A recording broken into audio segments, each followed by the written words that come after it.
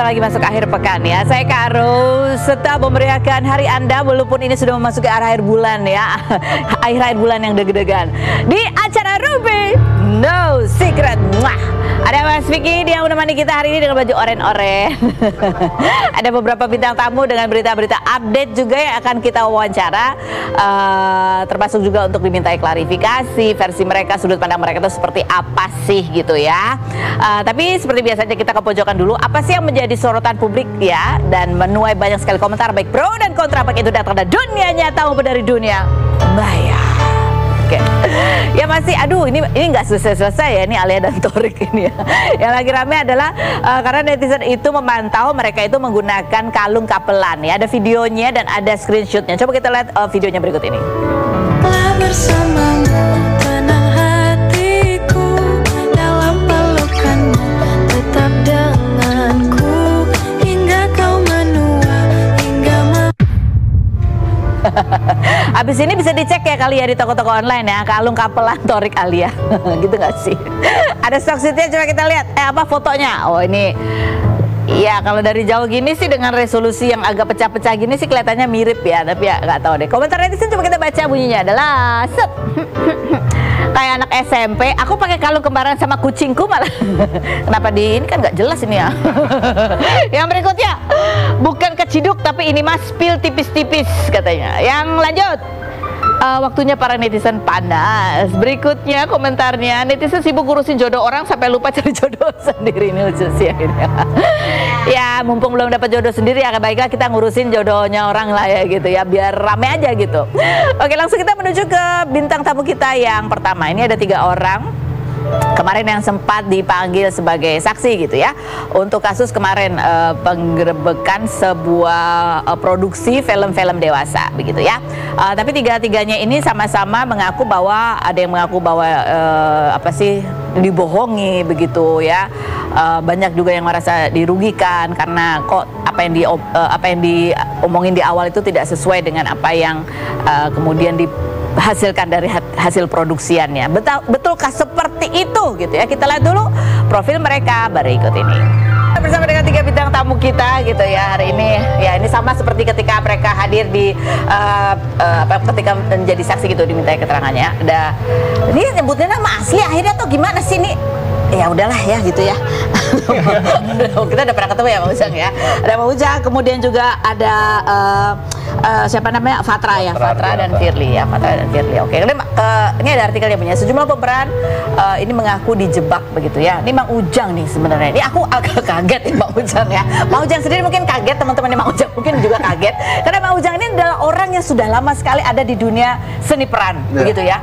Kalau lihat sinetron-sinetronnya kan memang judul-judulnya itu sinetron-sinetron religi gitu ya. Benarkah pada saat di keterangan kemarin Mang Ujang itu mengatakan bahwa pada saat itu cuman berapa scene sih? Cuman 2 scene. 2 scene. Iya. Berapa judul? Cuma 1 judul. 1 judul 2 scene aja. Iya. Dan adegannya itu adalah memberi nasihat. Iya, ya? Memberi nasihat. Dan sekaligus disertai komedi dan tanpa skrip gitu ya. Iya. Enggak kata Mang Ujang.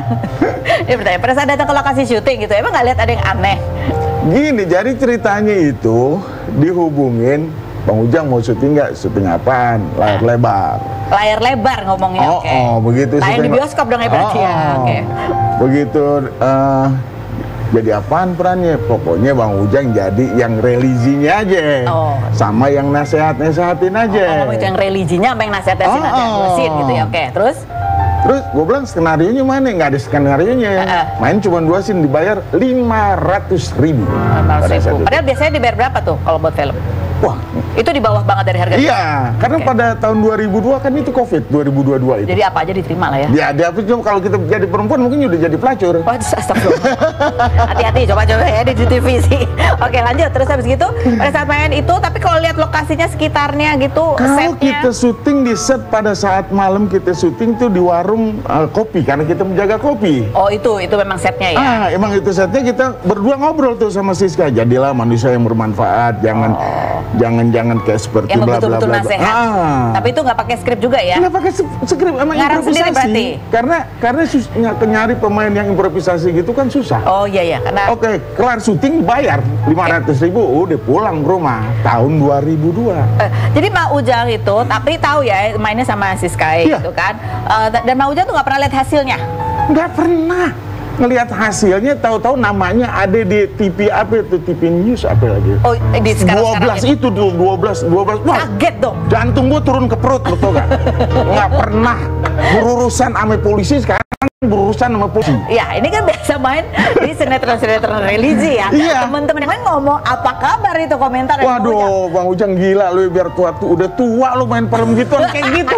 Wah, paling gua mau pecah tuh gitu. Ya gua kan gua klarifikasi aja. Pada saat itu ya udah gua klarifikasi sama wartawan seperti ini, oh jangan deh. Mungkin kayak begini, Allah ngasih hukuman buat gue, jadi Allah ada rencana lain buat gue mungkin. Oh gitu.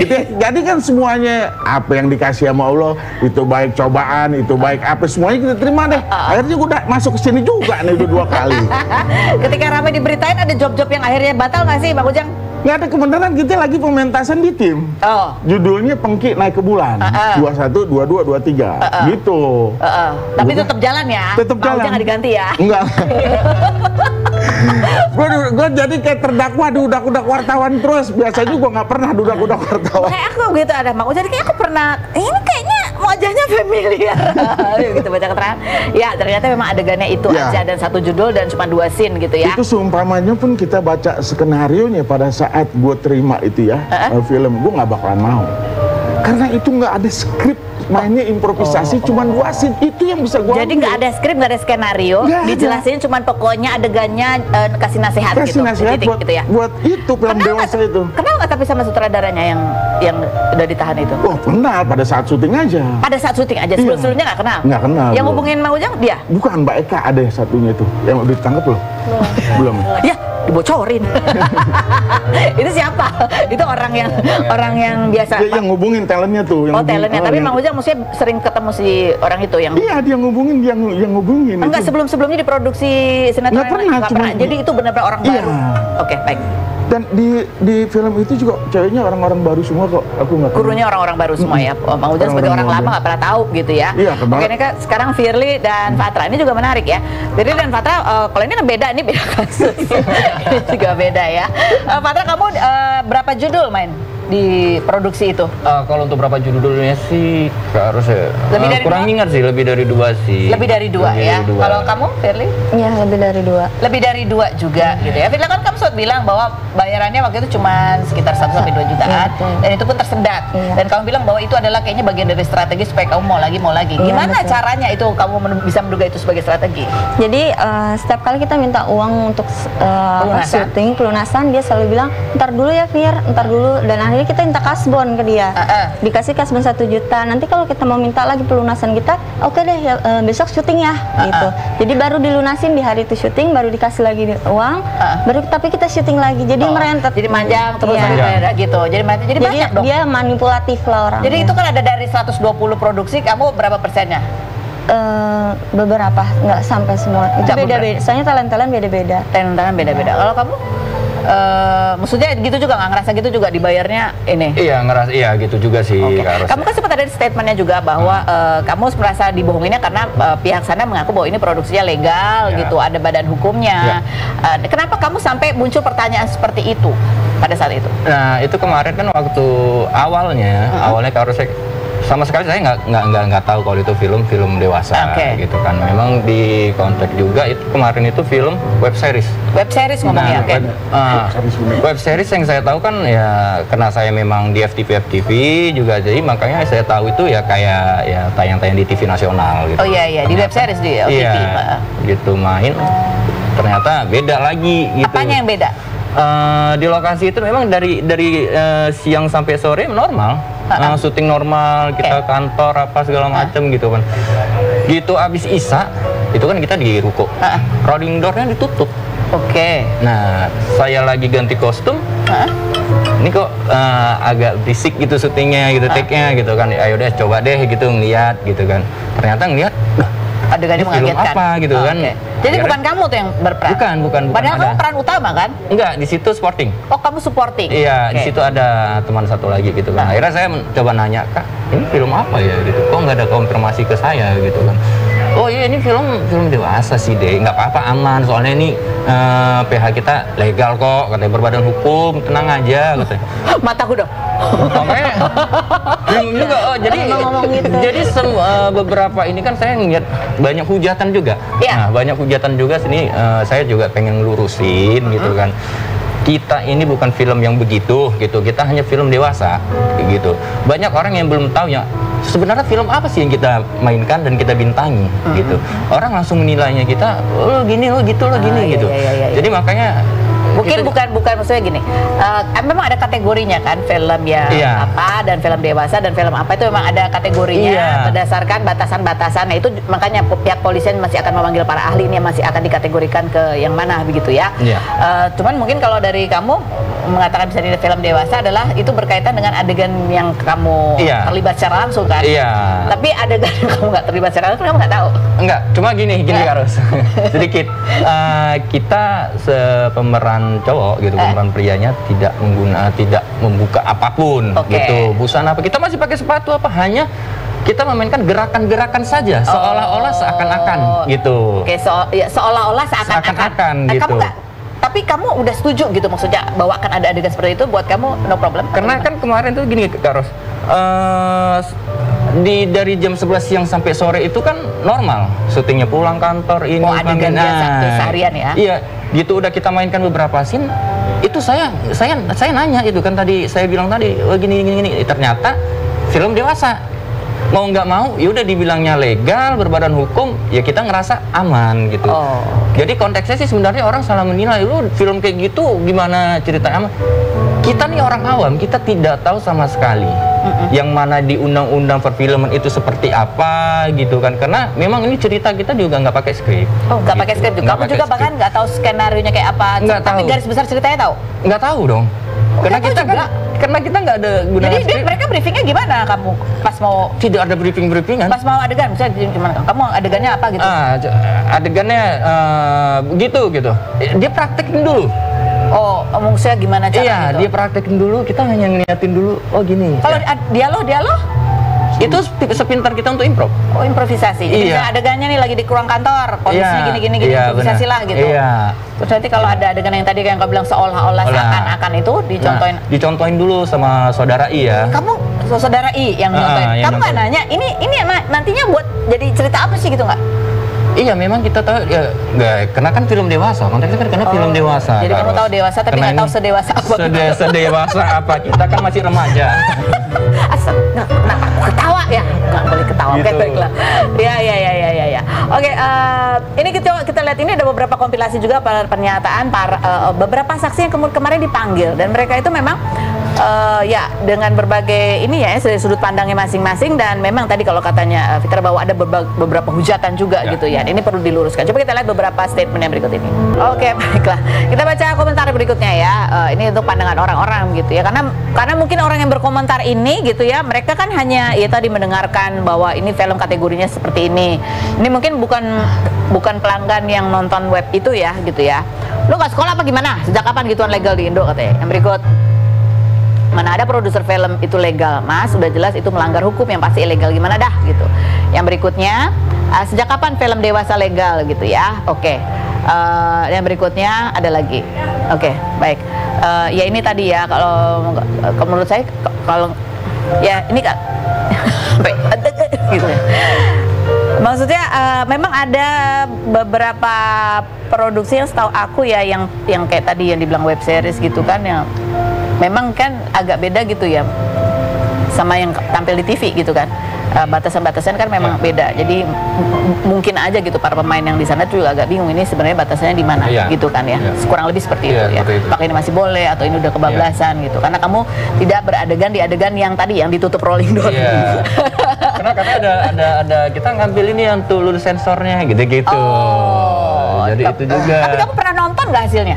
Nggak pernah. Kita jangan nonton judulnya aja, kita nggak tahu. Sebab kalau nonton bukan begitu banyak tuh, ada 300.000 Oh ya gitu ada ya. Iya kan? Enggak, kamu nggak diajak preview? Enggak. preview. Nggak ada. Iya, jadi kamu tuh main udah selesai hari itu bayar udah. Bayar gitu. udah gitu. Kamu nggak penasaran, nggak pengen lihat? Maksudnya pengen lihat tuh untuk mengkontrol ya. Ini ya kan berkaitan sama diri ya. Kalau kamu memang sudah lama tampil di FTV kan? Karena cuman gini aja sih Karo. Kemarin itu memang film-filmnya memang nggak mau ditonton aja gitu. Kamu emang juga nggak pengen memang nggak mau nonton aja sih, lebih tepatnya gitu aja sih. Gitu. Oke, baiklah. Kamu. Ini kalau buat perempuan, ini laki-laki aja udah problem gitu ya. Kamu sendiri sampai beberapa judul. Apa yang membuat kamu terus ya masih oke lah ya itu pada saat itu? Kan sama kan kondisinya pasti ada skenario. Pertama ditawarinnya kan sebenarnya konten YouTube kelas bintang. Oh, kamu ngomongnya konten YouTube? Iya, dia kalau bilang kamu konten YouTube. Karena kan aku mulai dari model. Jadi dia bilang sama seperti foto, Fir. Dia bilang, oh ya udah om, begitu sampai di set, ternyata keadaannya berbeda. Keadaannya berbeda? Iya. Bedanya? Begitu, ternyata ada touching. Oh, oke. Dan saya bilang, om ini nggak apa-apa. Nggak apa-apa, Fir, tenang aja. Ini legal dan berbadan hukum. Padahal kamu sendiri merasa ya gimana ya, kita kepalang tanggung udah di sana gitu, dan posisinya kalau kita nggak mau, dia itu bisa bentak-bentak kita depan orang banyak. Kita tuh bahkan di sini ada juga kita dapat pelecehan dari saudara I, khususnya perempuan. Dalam bentuk verbal? Ada juga ya, oke. Perbuatannya juga. Ya, betul. Tapi kadang kita mah gimana ya, dibilang mah terima, ya terima, mau enggak ya gimana gitu. Namanya juga kan aku anak tunggal, ngebiayain orang tua juga gitu. Udah kepalang tanggung ada di sana gitu. Posisi kita memang perlu uang juga. Jadi saudara ini kalau tahu kita perlu uang, makin digempur sama dia, makin dijadiin sasaran nih, jadi sasaran empuk gitu. Dipaksa lagi, nanti kalau kita bilang berapa lama kita bilang nggak mau, dia bilang lu gimana sih Fir, nggak profesional, katanya lu butuh duit. Selalu ada omongan kayak gitu. Atau enggak dia pernah juga ada omongan ke kita, kalau kamu nggak mau apa, kamu bisa nggak dapat job tempat lain. Ada omongan seperti itu. Jadi kamu ya dalam kondisi tahun-tahun itu mungkin ya pandemi gitu ya. Habis pandemi juga kan, kita kan habis pandemi kebetulan aku sakit, orang tua aku sakit juga gitu. Terus dia tawarin ya, tadinya mau diambil nggak diambil, tapi gimana gitu loh. Kita kan butuh makan, butuh kehidupan juga gitu. Apalagi saya nanggung orang tua satu. Ini dengan kondisi ini kalian istilahnya dipanggil polisi berurusan dengan hukum gitu kan. Rasanya pasti juga nggak karuan. Iya, apalagi pandangan dari orang yang taunya kita ya gitu, kayaknya rasanya kita jalan tuh udah nggak punya muka aja, gimana sih gitu. Belum tetangga hujatan semua ke orang tua saya, malu tuh pasti ada.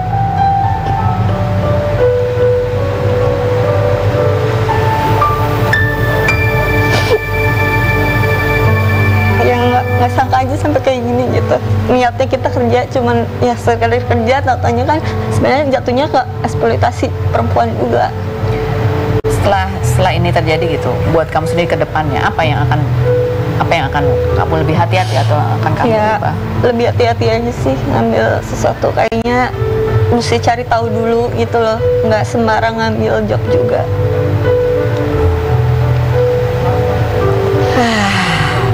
Ini untuk mungkin biar bagaimanapun supaya ini juga bisa menjadi pelajaran gitu buat yang lain ya.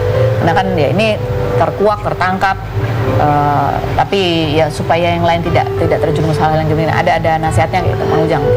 Ya, nasihatnya sih kalau misalkan kita kerja sebagai public figure seperti ini, kita lihat-lihat dulu deh produksinya apa, filmnya apa, yang jelas deh begitu. Jangan lantaran uang kita bisa jadi jahat hati kita gitu. Ya pokoknya kalau misalkan orang-orang yang kerjanya di film, sinetron, pemain, hati-hati deh. Sekarang zamannya lagi kacau. Segala apa dipergunakan. Kita yang dipergunakan, dia yang untung, kita yang rugi. Kita nggak dapat apa-apa sih. Nggak dapat. Jadi kalaupun filmnya naik, apa kita nggak pernah dapat bonus sedikit pun, kita nggak pernah dapat. Tapi kamu sendiri kan memang seorang konten kreator juga, foto. Tapi kan pekerjaan kamu sendiri kan juga mengundang atau berisiko untuk mengundang persepsi-persepsi tertentu gitu. Kamu masih akan terjun di bidang itu? Kayak udah enggak. Udah saya kapok. Kapok. Yang bikin kapok? Ya dengan kejadian ini ternyata banyak oknum-oknum yang lain yang menjadikan lebih parah gitu loh. Oh mungkin karena dia seksi gini-gini, jadi sekalian aja deh dijerumusin juga gitu. pesan juga buat yang lain. Ya kalau pesan dari saya sih, apapun yang harus kita lakukan, apapun yang harus kita kerjakan, lebih lihat lagi legalitasnya sih ya. Legalitas itu yang harus lebih kita perjelas, yang harus lebih kita ketahui. Karena jangan sampai kayak kita orang gitu ya, kita dibohongin dengan berbadan hukum apa segala macam, apalagi di dunia entertain. Waduh, itu harus lebih diketahui lagi sih. Itu aja sih Baros. Kamu sendiri kan tadi kalau aku tanya ini pernah lihat nggak? Pernah lihat? Kamu pernah nggak? Atau mungkin ada yang ngasih tahu ini ada linknya nih, ada wajah kamu gitu-gitu? Pernah tahu? Iya, tapi ya saya nggak mau lihat juga gitu loh. Maksudnya yang mana ya, kadang kita juga tahu, saya nggak terlalu update soal begituan gitu. Oke, baiklah. Ini ada artikel lagi mau ditunjukin? Atau dari pihak kepolisian statementnya aja? Statement dari pihak kepolisian, coba kita lihat ya.